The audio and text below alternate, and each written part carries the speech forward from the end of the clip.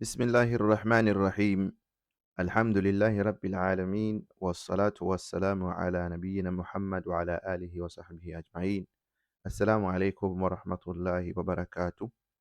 Qhubeka ney'fundo zencwadi yethu Al-Aqidatu Sahiha wa ma yudadduha, okuyincwadi emayelana nokholo ne-aqida eqondile kanye nalokho okuphikisana noma okuphambana nayo. Lapha sibheka incazelo noma inkulumo yenzululwazi uSheikh u-Abdulaziz Kabbaz rahimahullah awayekade eyithula mayelana nezinsika zokholo, izinsika ze-iman. Kanti esifundweni esidlule ilapho sibheke khona insika ephathelene nokukholelwa ezingelosini, kanjalo nensika ephathelene nokukholelwa ezincwadini noma ukukholelwa izambulo lezo Allah azembulela izithunywa zakhe nomembulelwa bakhe. Kulesi sifundo-ke uSheikh rahimahullah ukhuluma ngokukholwa ngenye insika okuyinsika elandelayo, kuyinsika yesine, al-imanu bir-rusul, okukholelwa kwizithunywa zika-Allah. Uthi wahakadha ar-rusul yajibu al-imanu bihim ijmalan wa tafsilan.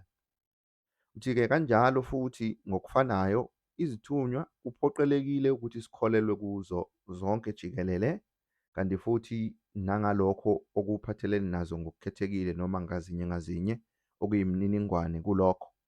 فنؤمن أن الله سبحانه أرسل إلى عباده رسلا منهم مبشرين ومنذرين ودعاة إلى الحق. Uthi-ke lapha ngakho-ke sikholelwa ukuthi u-Allah okhazimulisiwe nophakeme wathumela ezidalweni zakhe izithunywa, phakathi kwabo noma phakathi kwazo lezi zithunywa lezi zithunywa mubashirin, ziyilabo abathula iy'lokotho ney'ndaba ezinhle, wamundhirin, kanjalo futhi bexwayisa, beletha izixwayiso, waduatan ila alhaq, futhi bebizela noma lezi zithunywa zibizela eqinisweni. Faman ajabahum faza bisaada, lowo oyokuziphendula ngokuthi amukele ukumema isimemo sazo nokubizela nesibizelo sazo lezi zithunywa, faza bisaada, uyakuzuza injabulo nentokozo. Waman khalafahum ba'a bilkhibati wannadama, kanti lowo uyakuphikisana nazo lezi zithunywa yena uyozuza, uyolahlekelwa, kanti futhi abe nokuzisola okukhulu. Wa khatamuhum wa afdaluhum huwa nabiyuna Muhammad ibn Abdullah sallallahu alaihi wasallam.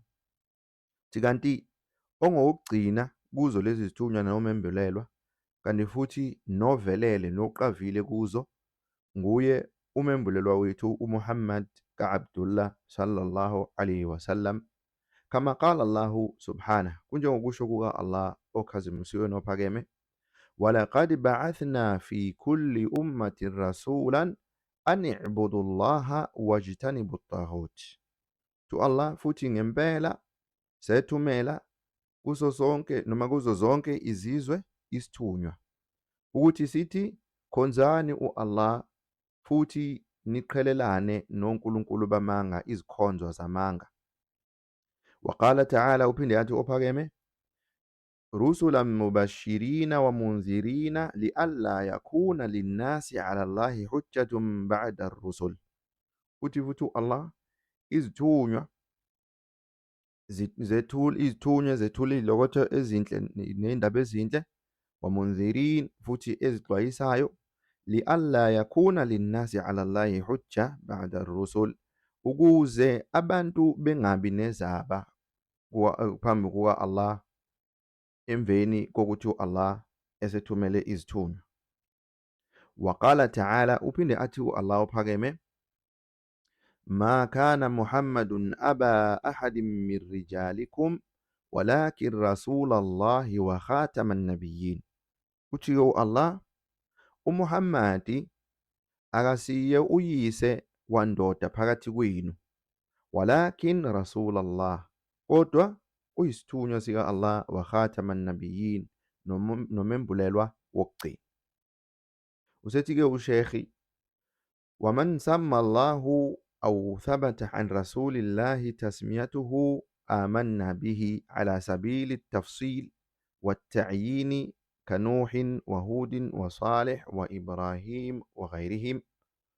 Uthi-ke kanti kulabo Allah noma kulokho okuqinisekiswe esithunyweni, kuvela esithunyweni sika-Allah amagama wabo, siyakholelwa kubo noma siyakholelwa kuye lowo igama lakhe esilithole ku-Allah, asitshele ngaye ngegama, amdalule ngegama, kanjalo ngendlela leyo ewukuthi ngokukhethekile noma ngamunye ngamunye nemininingwane ephathelene naye njengegama lakhe.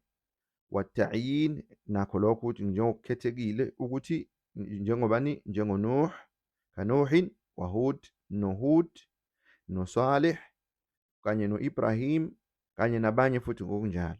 Alayhim wa ala nabiyyina afdalus salatu wa azka taslim. Kubo bonke nakumembulelwa wethu ukuthula nezibusiso kube kubo bonke jikelele.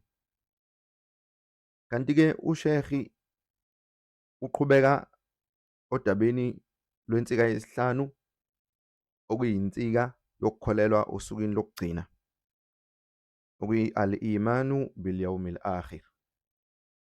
uShekhi rahimahullah wasethi, wa amma li-imanu bil yawmil akhir, uthi kanti-ke mayelana nokukholelwa osukwini lokugcina, fayadkhulu fihi al-imanu bikulli ma akhbara Allahu bihi wa rasuluhu sallallahu alayhi wasallam yakunu ba'da al-maut. Uthi-ke kulokhu okukholelwa osukwini lokugcina kungena kukho ukukholelwa kukho konke lokho Allah asilandise ngakho kanye nesithunywa sakhe sallallahu alayhi wasallam okuyokwenzeka emveni kokufa. Kafitnatil qabr, kunjengesivivinyo sasethuneni, wa adhabihi wa na'imihi, kanjalo nesijeziso sakhona, kanjalo nentokomalo nentokozo yakhona, wama yakunu yawma al-qiyamah, kanye nalokho okuyokwenzeka ngosuku lokwahlulela, min al-ahwali washadaidi wassirati walmizani walhisab, njengezivivinyo nobunzima, wassirati, ibloho phecelezi i-bridge, walmizan, nesikali, walhisab, nokwahlulela, waljaza, nokunikezwa imvuzo, wanashri suhufi bayna nnas, kanjalo nokusatshalaliswa kwemiqulu yezenzo zabantu. فآخذ كتابه بيمينه وآخذ كتابه بشماله أو من وراء ظاهره. Kulabo bantu phakathi kwabo kuyoba banikezwa imiqulu yezenzo zabo, kuyoba nalowo uyokwamukela ngesandla sokudla, kube nalowo uyokwamukela umqulu wakhe ngesandla sokunxele, okanye awamukele eflathele, ewamukela ngasemuva. ويدخل في ذلك أيضا الإيمان بالحوض المورود لنبينا محمدا والإيمان بالجنة والنار. Kanti futhi ngaphansi kokukholelwa osukwini lokugcina kungena nokukholelwa umthombo Allah awenzela umembulelwa wethu Muhammad sallallahu alaihi wasallam, kanjalo nokukholelwa kwijanna, izivande Allah azilungisela abakholwayo, wanar, kanjalo nomlilo, wa ru'yatul mu'minina li rabbihim subhanahu wa taklimihi iyahum, kanjalo futhi nokubona amakholwa ebona inkosi yawo Allah ophakeme nokhazimulisiwe, wa taklimihi iyahum, nokukhuluma kwakhe Allah nawo amakholwa, Allah senze sibe ngabanye babo, amin. وغير ذلك مما جاء في القرآن الكريم والسنة الصحيحة عن رسول الله صلى الله عليه وسلم، فيجب الإيمان بذلك كله وتصديقه على الوجه الذي بينه الله ورسوله صلى الله عليه وسلم.